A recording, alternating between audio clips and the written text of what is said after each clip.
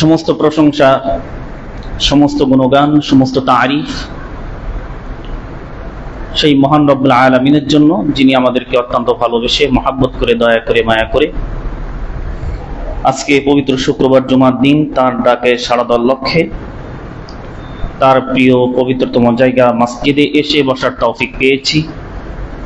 যারা খুতবার শুরুতেই আসতে পেরেছি, বসতে পেরেছি, আল্লাহ তাআলা এই তৌফিক যাদেরকে দিয়েছেন সকলেই অন্তরস্থল থেকে শুকরিয়া জ্ঞাপনার্থে জোরে সোরে বলে আলহামদুলিল্লাহ।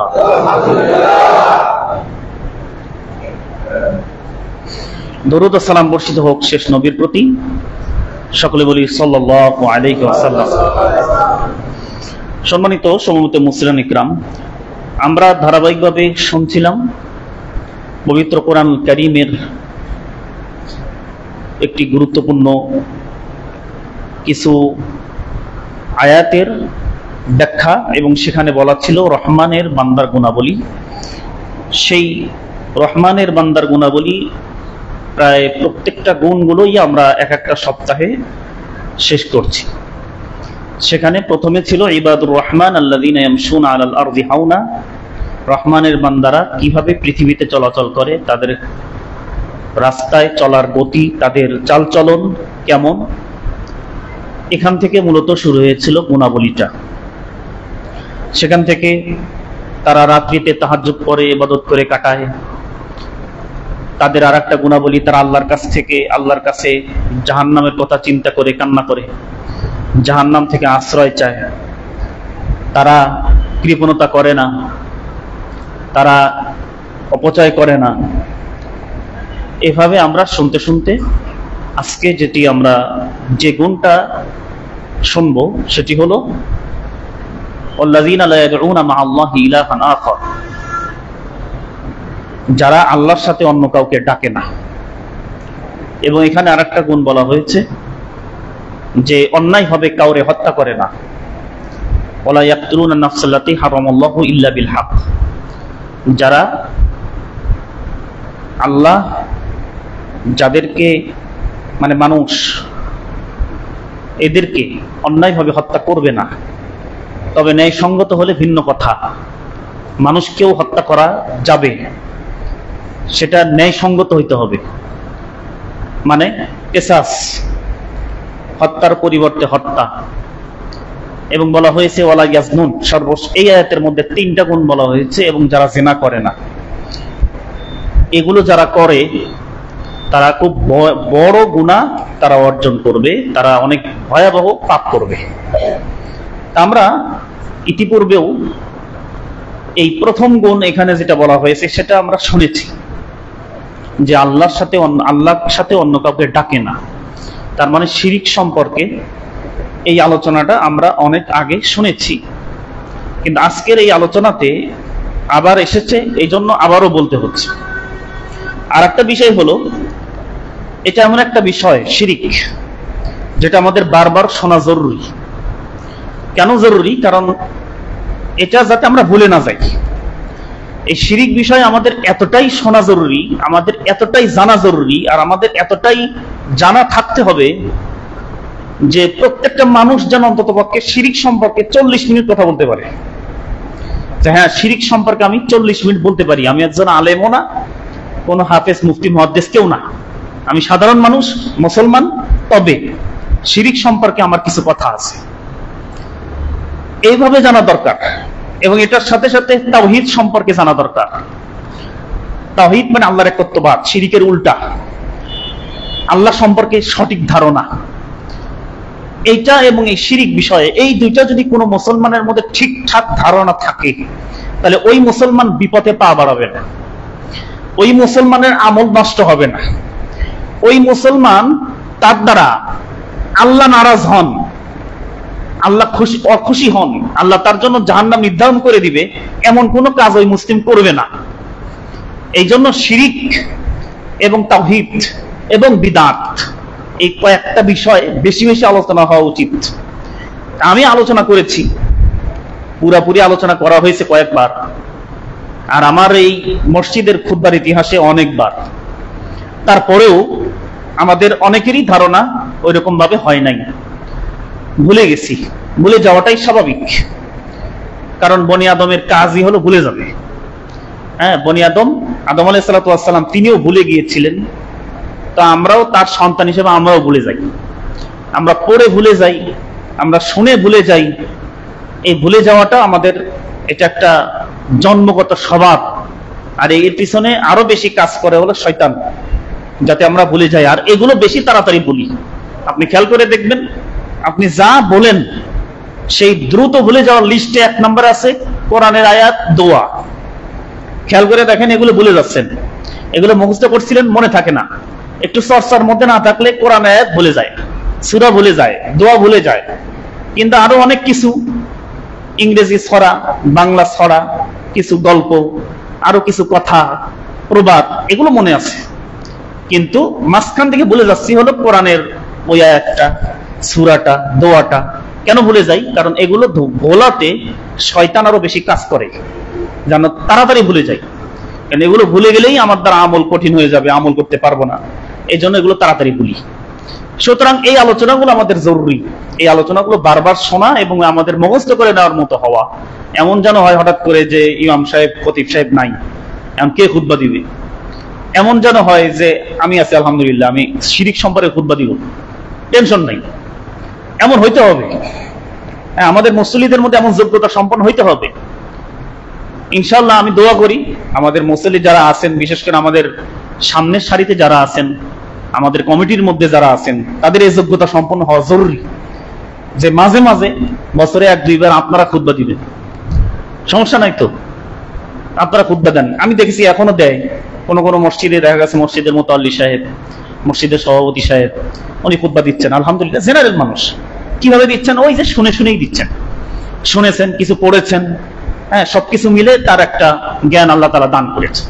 এরকম আমাদের অভিজ্ঞতা সম্পন্ন আল্লাহ তাআলা যেন আমাদের করে, এই এলেমগুলো যেন আমরা অর্জন করতে পারি, আর তৌফিক দান করুন সবাই, আল্লাহুম্মা আমিন।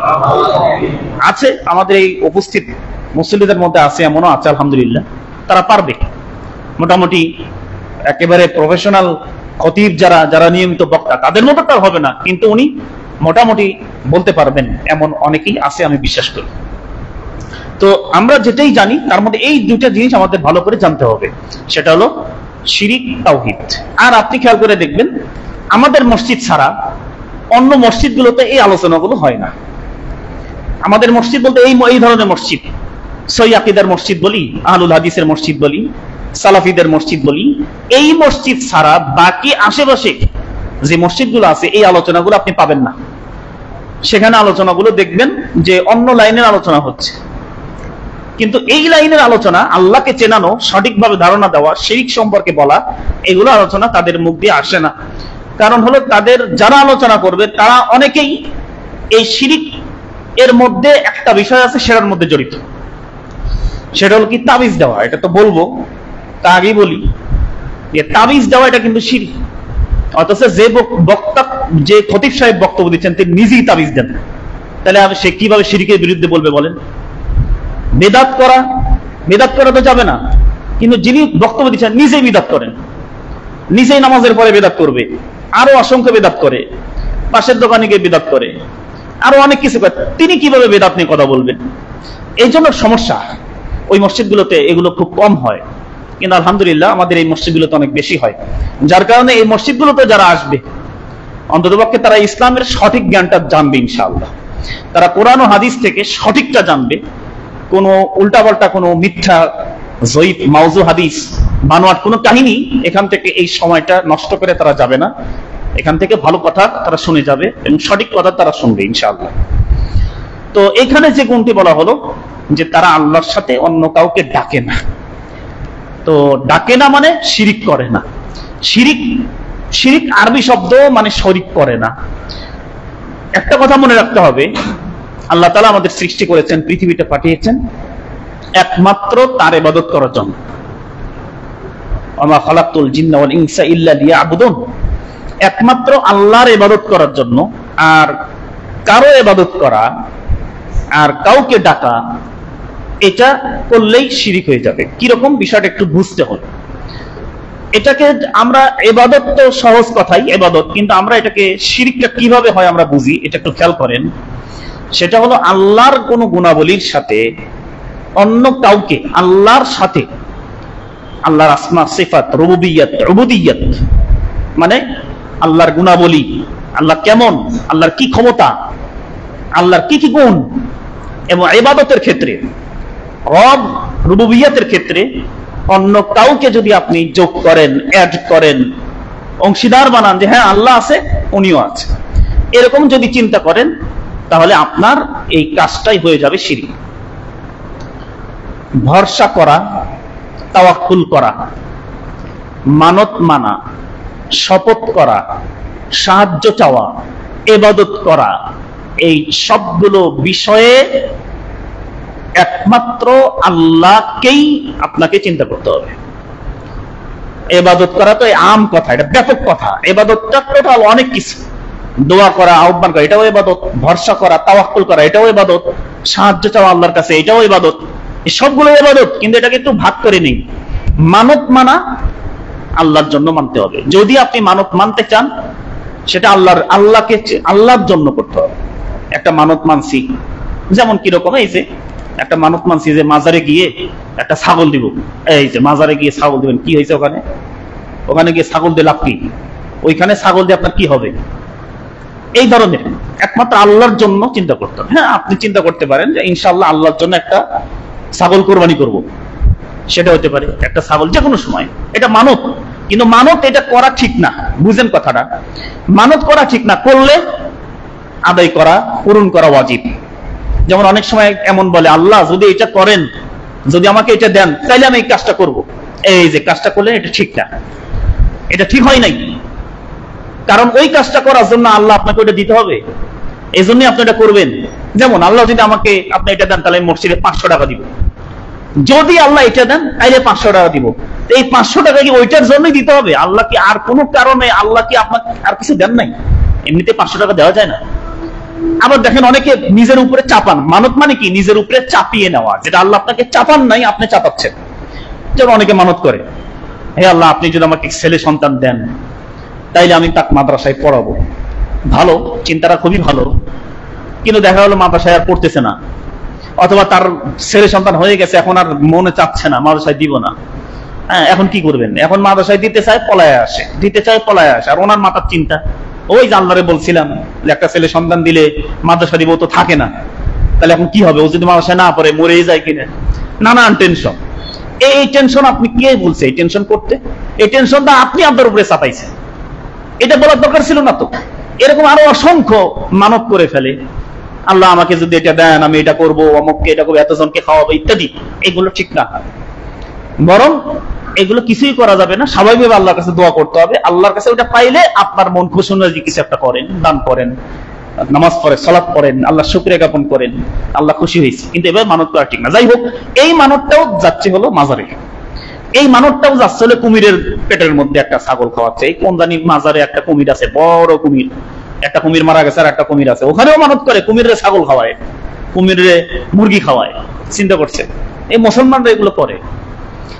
তো এই সবগুলো ভরসা করা, তাওয়াক্কুল, ভরসা করা, কার উপরে ভরসা করতে হবে? আল্লাহর উপরে। আপনার তাওয়াক্কুল যদি হয় আল্লাহ ছাড়া কারো উপরে, তাহলে কিন্তু শেষ। এই যে শিরক, এটা হলো বুঝ যে শিরকটা আমরা কিভাবে করি। হ্যাঁ, যেমন তাওয়াক্কুল করতে হবে আল্লাহর উপরে। না চিন্তা করিস না পীর বাবা আছে, এই পীর বাবা আছে, চিন্তা করিস না, বিপদ থেকে রক্ষা করবে, ইন্না লিল্লাহ নাউযুবিল্লাহ মিন যালিক। এই যে পীর বাবার নাম বললো, অমুকের নাম। এমনকি আমাদের মধ্যে অনেকে আছে, ইয়া রাসূলুল্লাহ, রাসূলকে ডাকে, বিপদে পড়লে রাসূলকে ডাকে যে রাসূল সাহায্য করো, হে আল্লাহ রাসূল খুব বিপদের মধ্যে পড়ে গেছি। আল্লাহ রাসূলকে ডাকতে হবে। আল্লাহ রাসূলকে ডাকাও শিরক। বিপদে পড়ে আল্লাহ রাসূলকে, এটা পীরের কথা তো পরের কথা। আল্লাহ রাসূলকে যদি কেউ ডাকে, রাসূল সাল্লাল্লাহু আলাইহি ওয়াসাল্লাম কেউ যদি বিপদে পড়ে ডাকে, আল্লাহ রাসূল আমাকে সাহায্য করো, এটাও পাক্কা শিরক, আর খাঁটি শিরক। রাসূল নিজে শিক্ষা দিচ্ছে তার সাহাবী ইবনে আব্বাসকে, যে ইবনে আব্বাসকে বলতেছে যে ইযাস্তাআনতা ফাস্তাইন বিল্লাহ, যদি তুমি সাহায্য চাও তাহলে আল্লাহর কাছে সাহায্য চাও। ইযাস্তাআনতা ফাস্তাইন বিল্লাহ, যদি তুমি সাহায্য চাও আল্লাহর কাছে চাইও। তাহলে চিন্তা করেন, ইবনে আব্বাস রাদিয়াল্লাহু আনহু ছোট্ট মানুষ, আল্লাহ রাসূল তাকে শিক্ষা দিচ্ছেন সাহায্য কার কাছে চাইতে হবে।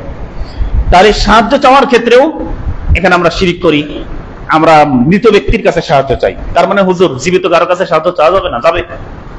জীবিত যে ব্যক্তি সক্ষম দিতে, তার কাছে তো চাইবেন, সাহায্য তো চাচ্ছে আমাদের কাছে, এটা সমস্যা না। কিন্তু মৃত ব্যক্তির কাছে সাহায্য চাওয়া, এখানে তো তার কিছু করার নাই, এই সাহায্য একমাত্র আল্লাহর কাছে চাইতে হবে। অনুরূপভাবে তাওয়াক্কুল করা, ভরসা করা, এই ভরসা এটা আল্লাহর উপরেই করতে হবে, আর কোনো কিছুর উপরে ভরসা করা যাবে না। ওষুধ খাচ্ছেন, ভরসা কার উপর? আল্লাহর উপর। এই জন্য বিসমিল্লাহ বলে খেতে হবে। হ্যাঁ, আবার অনেকে এটা বলেন আল্লাহ শাফি, আল্লাহ কাফি, এই দোয়া অনেকে পড়ে, এই কথা ঠিক না। আল্লাহ শাফি, আল্লাহ কাফি হ্যালো না, এইটুকু বলার ঠিক না। বিসমিল্লাহ বলে খেতে হবে। বিসমিল্লাহ বলে খান, আল্লাহর উপরে ভরসা প্রমাণিত, আল্লাহর উপরে ভরসা করছি, ওষুধ কিচ্ছু না। এই তাওয়াক্কুল আলাল্লাহ, আল্লাহর উপরে ভরসা করতে হবে। যেখানেই যাচ্ছেন, একটা কিছু করতে যাচ্ছেন, তাওয়াক্কুল আলাল্লাহ। মাছ মারতে যাচ্ছেন, তাওয়াক্কুল আলাল্লাহ। চাকরি ইন্টারভিউ, তাওয়াক্কুল আলাল্লাহ। ব্যবসা বাণিজ্য সকালবেলা বের হচ্ছেন, তাওয়াক্কুল আলাল্লাহ। এভাবে আল্লাহর উপরে ভরসা করে সব জায়গায়, সর্বক্ষেত্রে আল্লাহর উপরে ভরসা করতে। এই জায়গায় যদি ভরসাটা একটু আপনি অন্যের দিকে নিয়ে যান, না আল্লাহর উপর ভরসা করা না, কি দরকার, এইটাই যথেষ্ট, এই হয়ে যাবে। হ্যাঁ, অথবা আরো কারো নাম, অথবা আর কোন, ওই যে ঘুরে ফিরে আবার ওই পীরের কথা, আবার ওই খাজা, হ্যাঁ, গরিবি নেওয়াজ, এরকম তো শিরিক করে, আব্দুল কাদের জিলানী, হ্যাঁ, এরকম আরো অসংখ্য, এদের নামে অনেকেই চিন্তা করে, এদের কাছে অনেকে সাহায্য চায়, এদের উপরে অনেকে ভরসা করে। আপনারা অনেক দেখবেন ভাইরাল বক্তাদের, হ্যাঁ, ওয়াজ নসিহতের মধ্যে দেখবেন এই সমস্ত কাহিনীতে ভরা, অমুকের নাম ধরে ডাক দিছে, একেবারে বড় বাঘ হয়ে চলে এসছে, এরকম নানান রকমের আজগুবি গল্প। এই তাওয়াক্কুল, এখানেও কিন্তু ভরসা করতেছে আল্লাহ ছাড়া অন্যের উপরে, শিরিক। তো এভাবে যত ইবাদতের ক্ষেত্রে ইবাদত চিন্তা করে সবকিছু, সেজদা করা, মানত করা, ভরসা করা, সাহায্য চাওয়া, এই সবকিছু টোটাল একমাত্র আল্লাহর জন্য করতে হবে। এছাড়া অন্য কারোর জন্য করলেই শিরিক হয়ে যাবে। তো এ পর্যায়ে আসুন আমরা পবিত্র কোরআন কারীমের মধ্যে এই শিরিক করলে কি পরিণতি হতে পারে মহান আল্লাহ তাআলা পবিত্র কোরআনের মধ্যে বলেছেন, ইন্নাল্লাহা লা ইয়াগফিরু আন ইউশরাকা বিহি ওয়া ইয়াগফিরু মা দুনা যালিকা লিমান ইয়াশা। সূরা নিসা এর 48 নম্বর আয়াতে আল্লাহ তাআলা বলেছেন, এই যে শিরিক যারা করবে, এই শিরিক করলে আল্লাহ তাআলা তাকে ক্ষমা করবেন না, যদি তওবা ছাড়া মারা যায়। এই কথাটা বলতে হবে, শিরিক করে তওবা ছাড়া যদি মারা যায়, তাহলে আল্লাহ তাআলা এই অপরাধ তাকে ক্ষমা করবেন না। ওয়া ইয়াগফিরু মা দুনা যালিকা লিমান ইয়াশা, শিরিক ছাড়া অন্য যত গুনাহ করুক না কেন, আল্লাহ চাইলে তাকে ক্ষমা করে দিতে পারে। আল্লাহর ইচ্ছা হলে, আল্লাহ যদি চান, তাকে ক্ষমা করে দিবেন। কিন্তু কোন ব্যক্তি অনেক গুনাহ নিয়ে গেছে, কিন্তু গুনার মধ্যে কি নাই? শিরিক নাই। এটা হাদিসে কুদসির মধ্যে আছে, ইয়া ইবনা আদম লা আতাইতানি বিকুরাবিল আরজি খাতায়া লা তুশরিকি বি শাইআ লা আতাইতুকা বিকুরাবি মাগফিরাতা।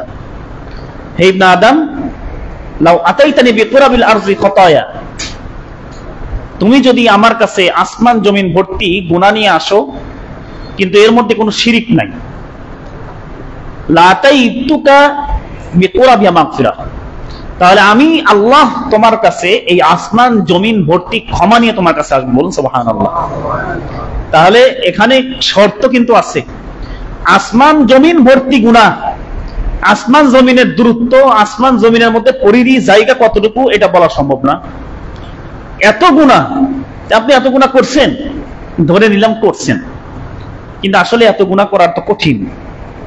হ্যাঁ, এত গুনাহ করছে, আসমান জমিন ভর্তি, যে আসমান এবং জমিন ভরে গেছে গুনাতে, এত গুনাহ করছে, বললাম করছে, কিন্তু এই গুনার মধ্যে কি নাই? শিরিক নাই। অন্য সব আছে। তো অন্য সব আমরা যদি বলি, অন্য বড় বড় গুনাহ কি আছে? চুরি আছে, ডাকাতি আছে, হত্যা আছে, সুদ আছে, ঘুষ আছে, জিনা আছে, তারপরে আরো যত উল্লেখ করার মতো জানা আমরা জানি, সবই আছে, কিন্তু এর মধ্যে একটা গুনাহ নাই, তার নাম হলো কি? শিরিক। তাহলে আল্লাহ, এই ব্যক্তি তার সারা জীবন শুধু গুনাই করে নাই, তাই না? সারা জীবন কি গুনাই করছে? কোনো না কোনো সময়, কোনো না কোনো একটা টাইমে হয়তো কিছু একটা সামান্য ভালো কাজও তো করছে। মুসলমানের ঘরে জন্ম নিয়ে আল্লাহর নাম তো মাঝে মাঝে স্মরণ করছে, কোন একটা ভালো কাজ হয়তো করছে, কোন একটা সময় দানও হয়তো করছে, অনেক খারাপ কাজের মধ্যে দুই একটা, জীবনে দুই একটা ভালো কাজ করছে। আল্লাহ রহমানুর রহিম, দয়ালু মেহেরবান, তার দয়ার তো কোনো শেষ নাই। এখন তিনি তার সব গুনাহ আসমান জমিন ভরে গেল, তার মধ্যে শিরিক নাই। এখন এই যে শিরিক নাই, এই কারণেও তো আল্লাহ খুশি হয়ে যেতে পারে যে বান্দা গুনার শেষ একটা গুনাহ বাদ রাখে নাই, কিন্তু অন্তত আমার সাথে রিলেটিভ, আমি আল্লাহর সাথে আর কাউকে শরীক করে নাই, এই গুনাহটা অন্তত বান্দা আমার করে নাই। এতেও তো আল্লাহ তাআলা রহম দয়া হয়ে যেতে পারে, আর সব গুনাহ তিনি ক্ষমা করে দিতে পারেন। হাদিসে এটাই বলছে যে তুমি যদি আমার কাছে এত গুনাহ নিয়ে আসো কিন্তু ওর মধ্যে কোনো শিরিক গুনাহ নাই, তাহলে আমি তোমার কাছে এত পরিমাণ ক্ষমা নিয়েই তোমার কাছে আসবো। বলুন সুবহানাল্লাহ। তাহলে শিরিক কি পরিমাণ খারাপ চিন্তা করেন। গুনাহ বেশি নাই, আসমান জমিন ভর্তি দরকার নাই, বাংলাদেশ ভর্তি গুনাহ। হ্যাঁ, বাংলাদেশ ভর্তি গুনাহ ধরেন কথার কথা, বা আরো একটা ছোট্ট একটা পরিধি ধরেন, এই পরিধি অনুযায়ী গুনাহ, কিন্তু সবই শিরিক, আর গুনাহ নাই। চুরি করে নাই, জিনা করে নাই, সুদ খায় নাই, ঘুষ খায় নাই, কাউরে মারে নাই, হত্যা করে নাই, সব গুনাহ নাই। শুধু একটা গুনাহ আছে, তার নাম কি? শিরিক গুনাহ।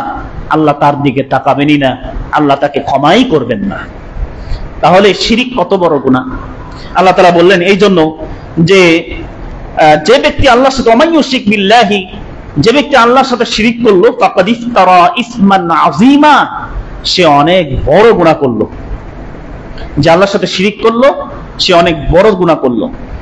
পবিত্র কোরআনে আল্লাহ তাআলা বলেছেন ইন্না শিরকা লাযুলমুন আযীম, শিরিককে বড় জুলুম আখ্যায়িত করা হয়েছে। কারণ হলো কি?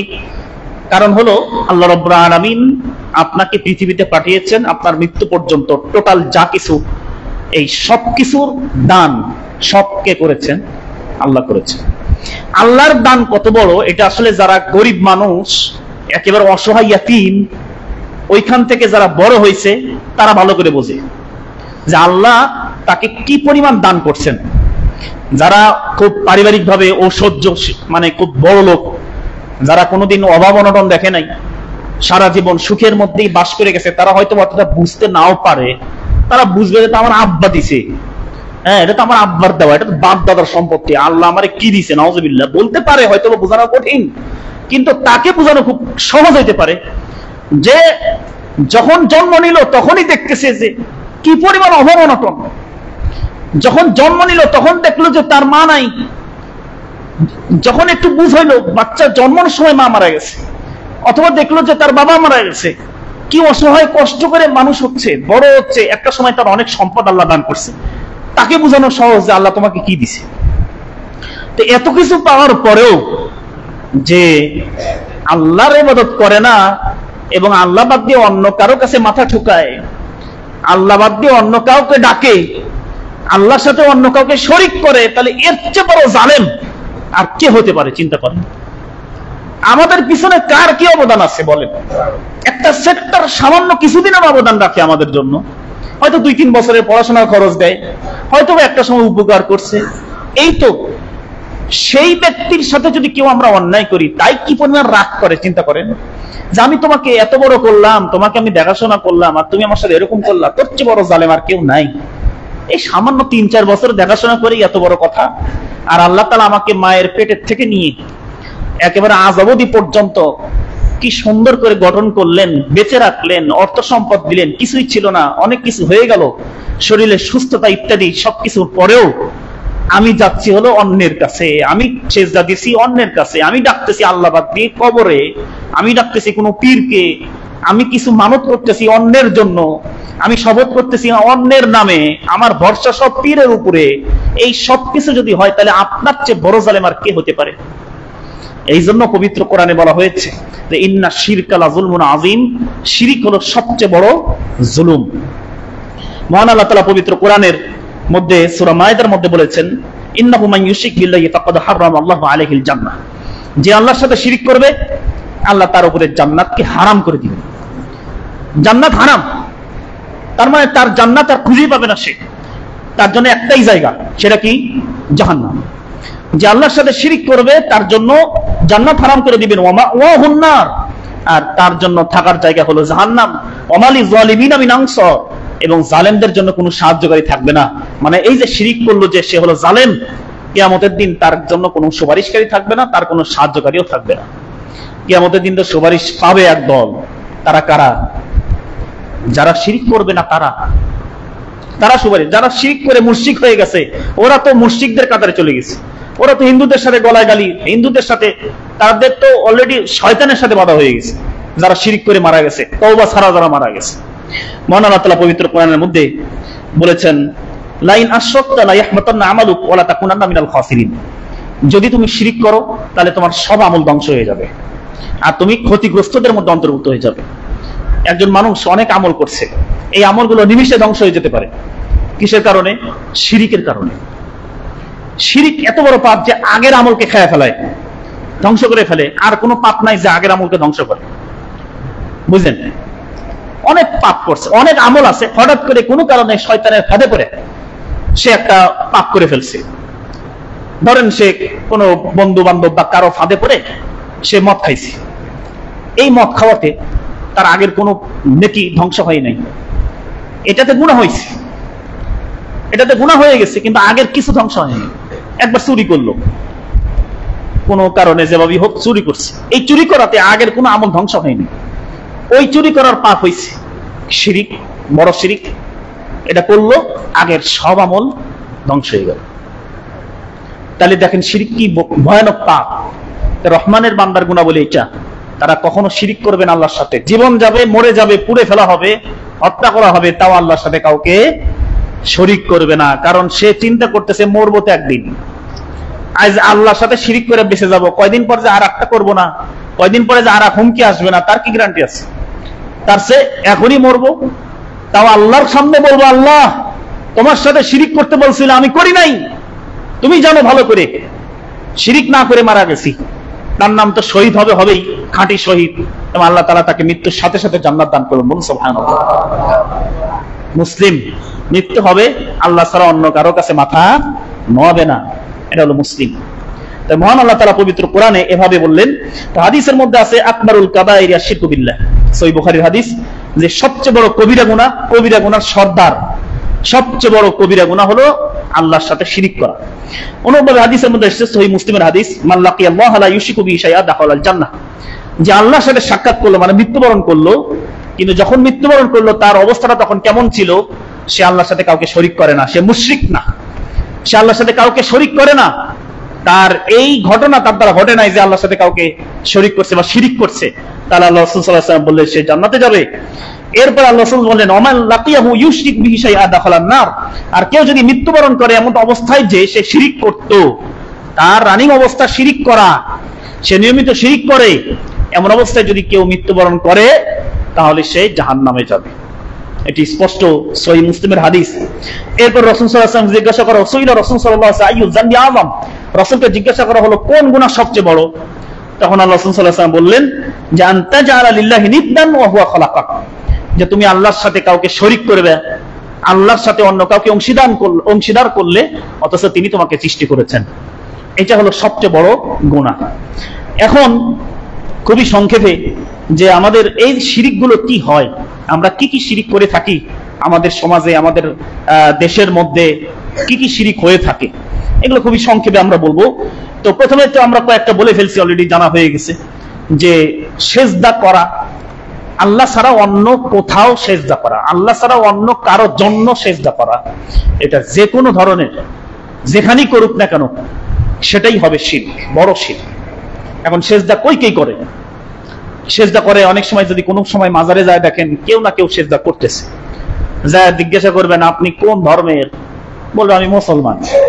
কোন হিন্দু যায় ওখানে সেজদা করে না, ওখানে যায় মুসলমান সেজদা করে, ওই কবরে সেজদা করে, পীর সেজদা করে, পীরের কাছে গিয়ে চায়। গোলাপ শাহ মাজারে গিয়ে যায় টাকার স্তূপ পড়ে আছে, গোলাপ শাহ মাজার আছে না গুলিস্তান, সেখানে দেখবেন টাকার স্তূপ, এত টাকা দিচ্ছে, সেজদাও দেয়, টাকাও দেয়। টাকা কেন দেয়?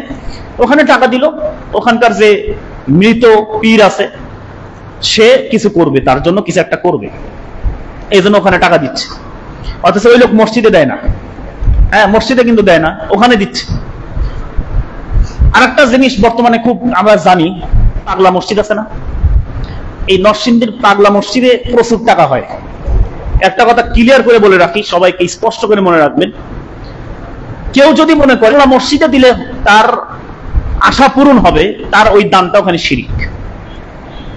ভালো করে মনে রাখবেন, নরসিংদীর মসজিদে যারা ইবাদত করে, কার ইবাদত করে? আল্লাহর। এই মসজিদে যারা ইবাদত করি আমরা, কার ইবাদত করি? তো ওখানে এত টাকা কেন? কেন ওখানে এত টাকা বেশি যাচ্ছে? তার মানে দেখেন নাম কি? পাগলা মসজিদ। মসজিদের নাম বুঝতে পারছেন? মসজিদের নাম পাগলা মসজিদ। এটা কেমন মসজিদের নাম? মসজিদের সমস্যা না, কিন্তু মানুষ যারা দান করতেছে তাদের মাইন্ডের সমস্যা। সেখানে যারা দান করতেছে তাদের মনোভাব এইরকম যে ওখানে দান করলেই আল্লাহ কবুল করবেন। তো ওই মসজিদেই দান করতে হবে, ওই মসজিদে দিলেই পূরণ হবে। কেন? এই ধারণা ওখানে গিয়ে যারা দিচ্ছে তাদের প্রত্যেকেরই দান বাতিল, তাদের সকলের দান শিরকে রূপান্তর হচ্ছে। হ্যাঁ, এমনি যদি কেউ দান করে, মসজিদে দান করলাম আল্লাহর রাস্তায়, সেটা ঠিক আছে। এই জন্য দেখেন চিন্তার মধ্যে পার্থক্য হলেই শিরিক আর শিরিক ছাড়া কোনটা বোঝা যায়।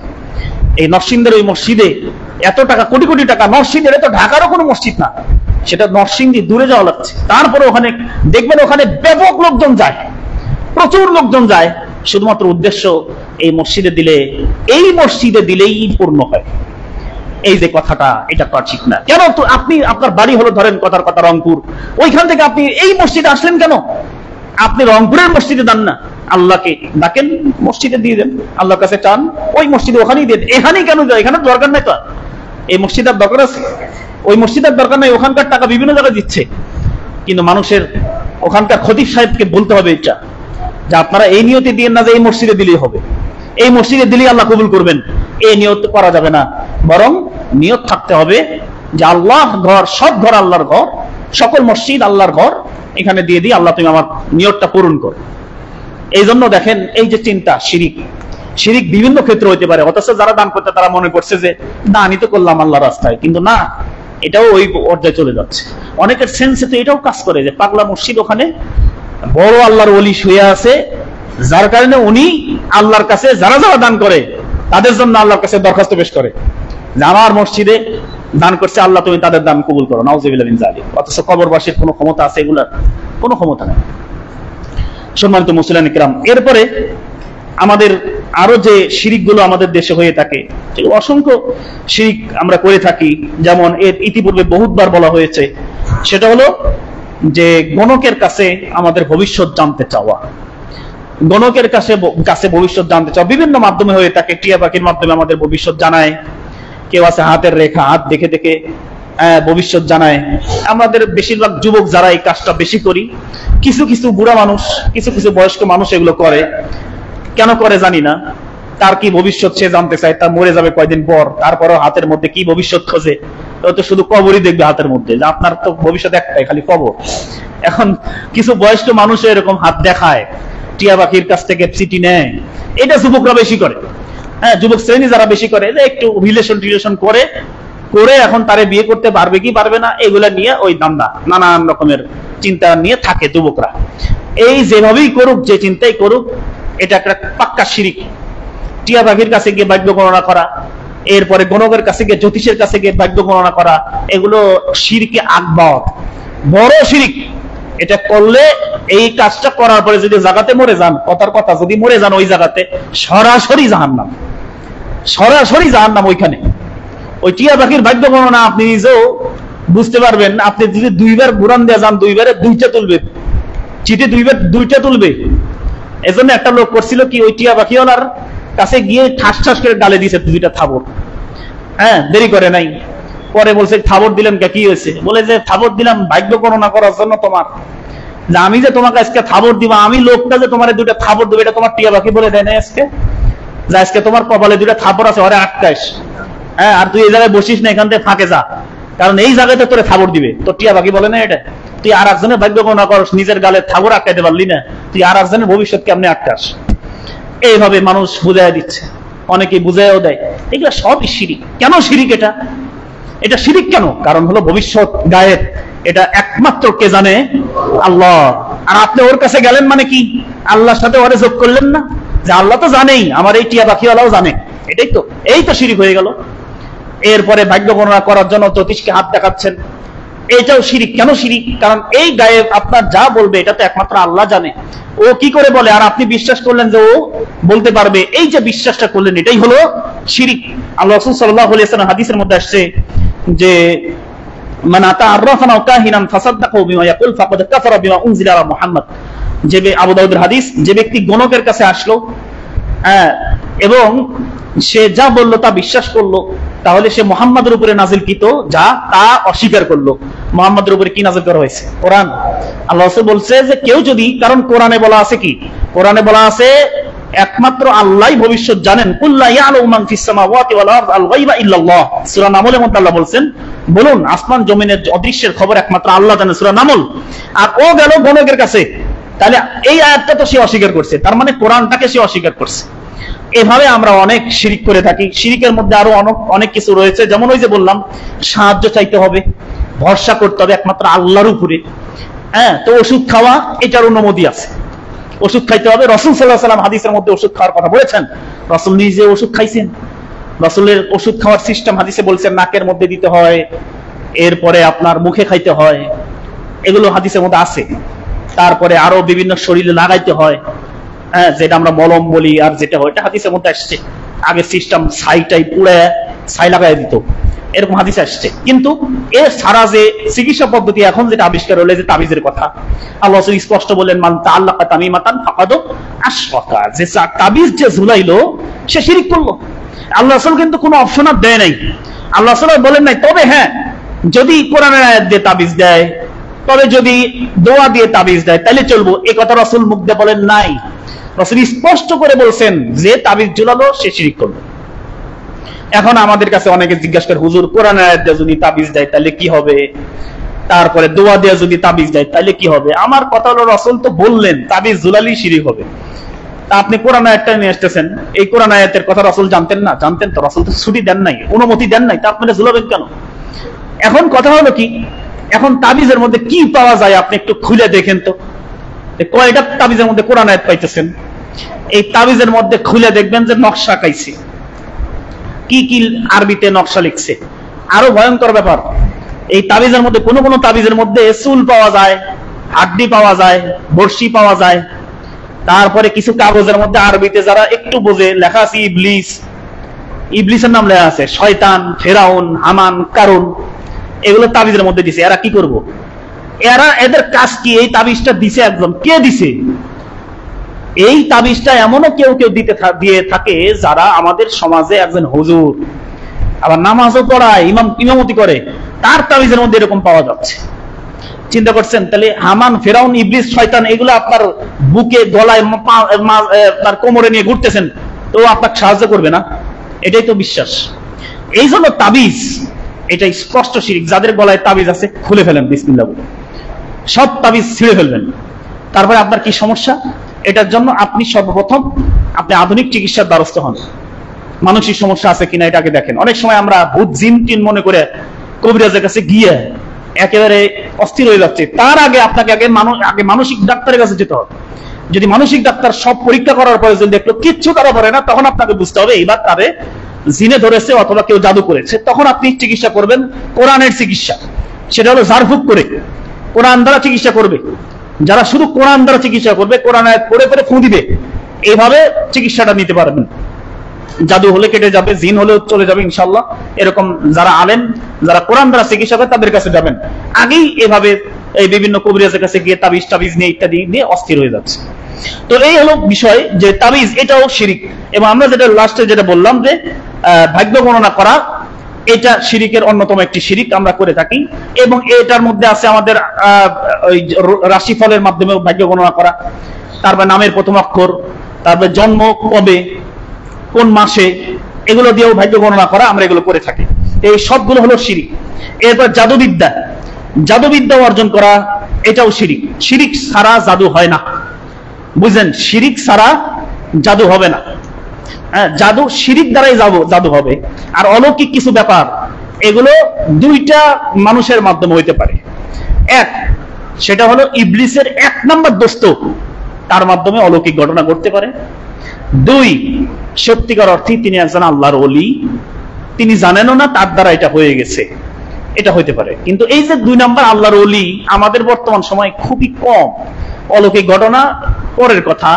তাহলে এরকম যদি দেখা যাইতেছে, কিরে দেখা যায় কিরকম, শরীরের মধ্যে কোনো লিবাস পোশাক নাই, ঠিক মতো নামাজ কালাম নাই, অথচ এত বড় অলৌকিক ঘটনা ঘটে ফেললো। তাহলে আপনাকে বুঝতে হবে কি, এ হলো 1 নাম্বার ইবলিসের দোস্ত।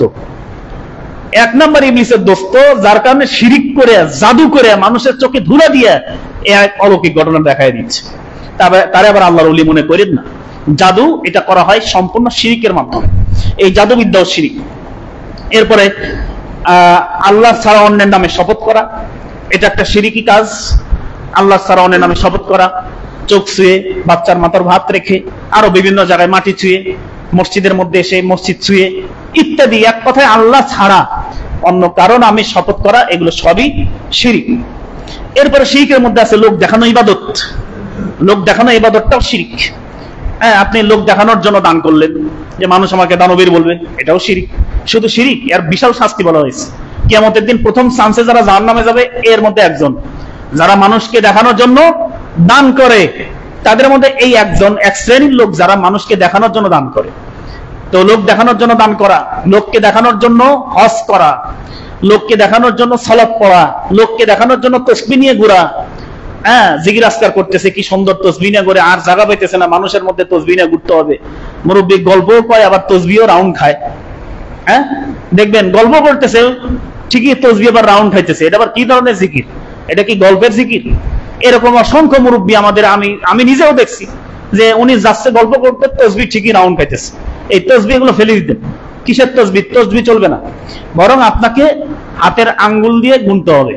বলে হুজুর আমি 500 বার গুনবার চাই। তা আপনি 500 বার গুনবার চান কে? আপনার 500 বার গুণ, এই 500 কেন বলবেন? আপনি 10 মিনিট জিকির করেন না, এই 500 কেন বললেন? নামাজের পরে আছে 33, 33, 34 আছে না নামাজের পরে, সেটা আপনি তো সুন্দর করে হাত মিলিয়ে নেন, সুন্দর করে হাদিস আমরা হাতেদের মধ্যে করের মধ্যে আলাদা দিয়েছেন, এই যে কেয়ার গুলো, এটা গুনে 33 মিলিয়ে নেন না, সুন্দর। কিয়ামতের দিন হাদিসের মধ্যে আসছে, এগুলো আপনার জন্য কিয়ামতের দিন সাক্ষী দিবে। হে আল্লাহ, এই আঙ্গুলগুলো, এই কর গুলো সাক্ষী দিবে, হে আল্লাহ এই বান্দা আমাকে আমার উপর দিয়ে আমারে গুনে গুনে তোমার নাম জিকির করছে। আজকে তার মুখ বন্ধ, কিয়ামতের দিন আমার মুখ বন্ধ হয়ে যাবে আমাদের সবার। ওই এগুলো সাক্ষী দিবে, আল্লাহ এই আমার জিকির করছে। ওই দিন ও তাসবিহ খুঁজে পাবে কই? আল্লাহ আমি তো তাসবিহ দিয়ে জিকির করছিলাম, তাসবিহ কই গেল? তাসবিহও নাই, ওর সাক্ষীও নাই। এরা সব চুপ, কারণ ওর এতে গুনে নাই।